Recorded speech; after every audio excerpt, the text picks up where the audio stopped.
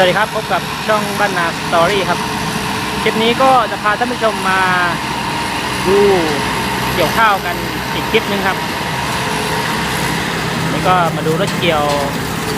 สวยครับวันนี้รถเกี่ยวก็คือเป็นรถเกี่ยวติดแอร์ครับ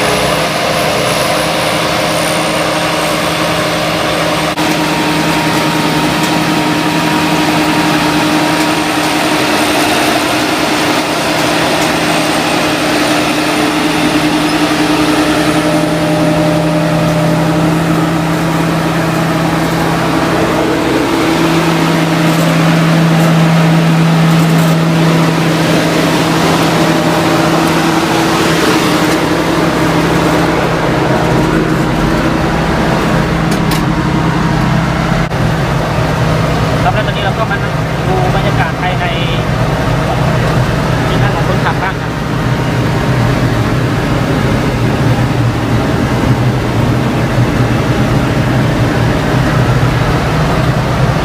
ก็แอร์เย็นมากเลยครับท่านผู้ชมครับ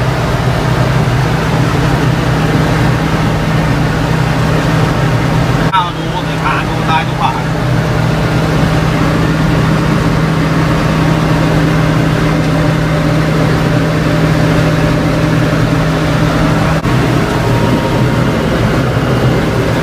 แอร์เย็นมากครับมีกล้อง4 ตัวครับลองไปดูอันนี้ก็ไปดูข้าวก็ในรถก็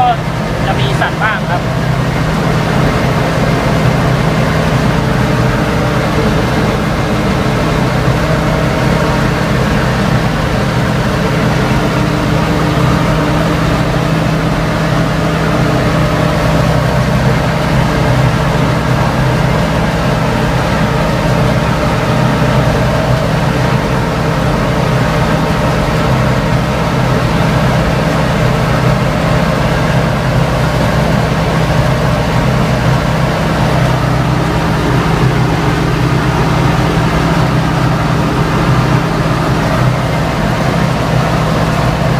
ภาพอาจจะเบลอเป็นนิดๆครับเพราะว่ากระจกอาจจะมองบ้างเพราะว่าเจอฝุ่นละอองตลอดครับ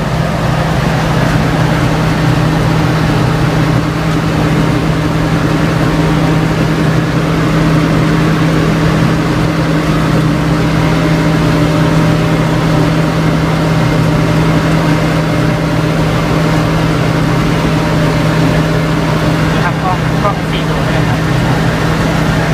แล้วตัวนี้ไม่ได้ใช้ใช่ไหม เวลาตี5ไหม อ๋อปกติติดไป5 ใช่ แต่ตัวนี้ก็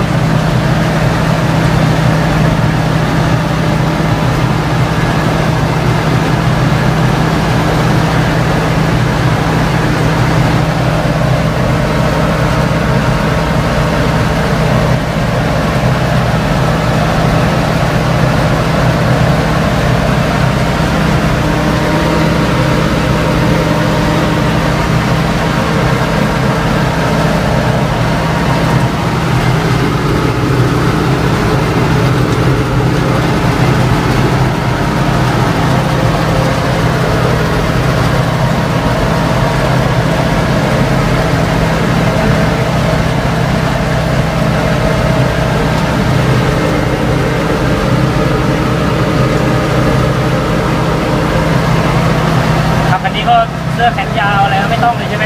ไม่ต้อง ค่าพวกหน้าก็ไม่ต้อง ไม่ต้อง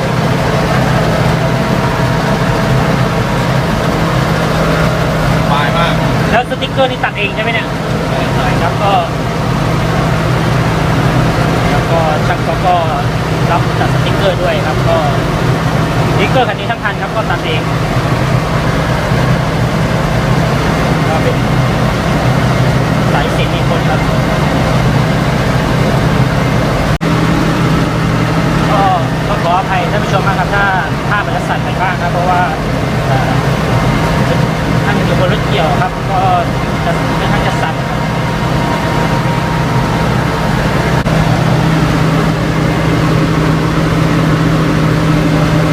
ที่ข้าวก็ไม่จะเป็นครับ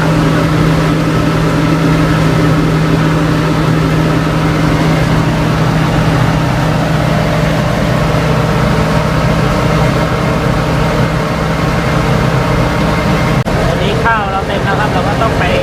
เทข้าวใส่รถอีแตนกัน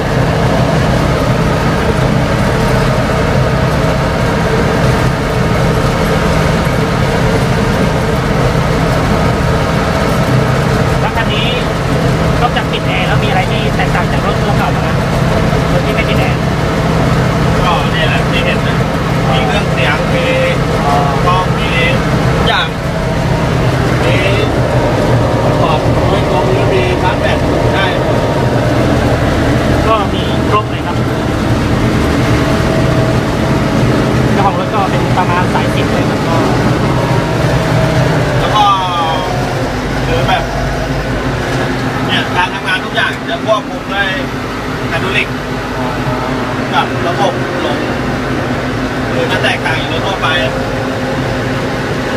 รถทั่วไปนี่คือแมนนวลทั้งนั้นเลย เด็กครับ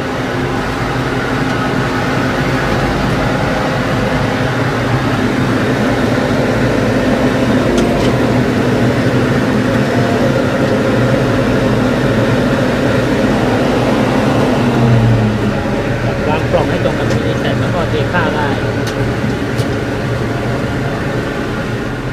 เกี่ยวด้วยเปิดเพลงฟังด้วยได้เลย อ๋อ แป๊บนึง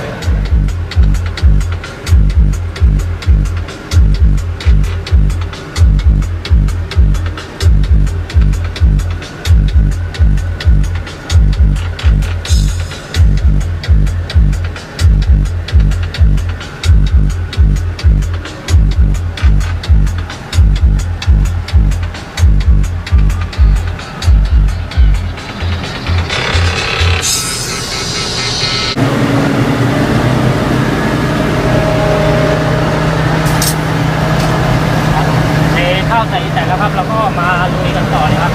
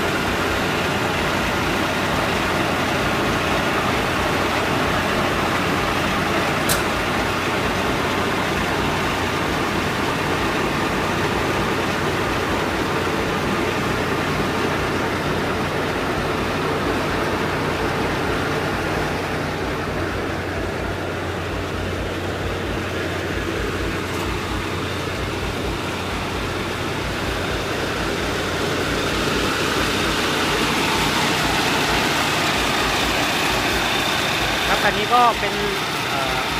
เดทมิลเลอร์ทั้งคันเลยครับก็เสริมแต่งสีสันสวยงามพร้อมสติ๊กเกอร์ครับ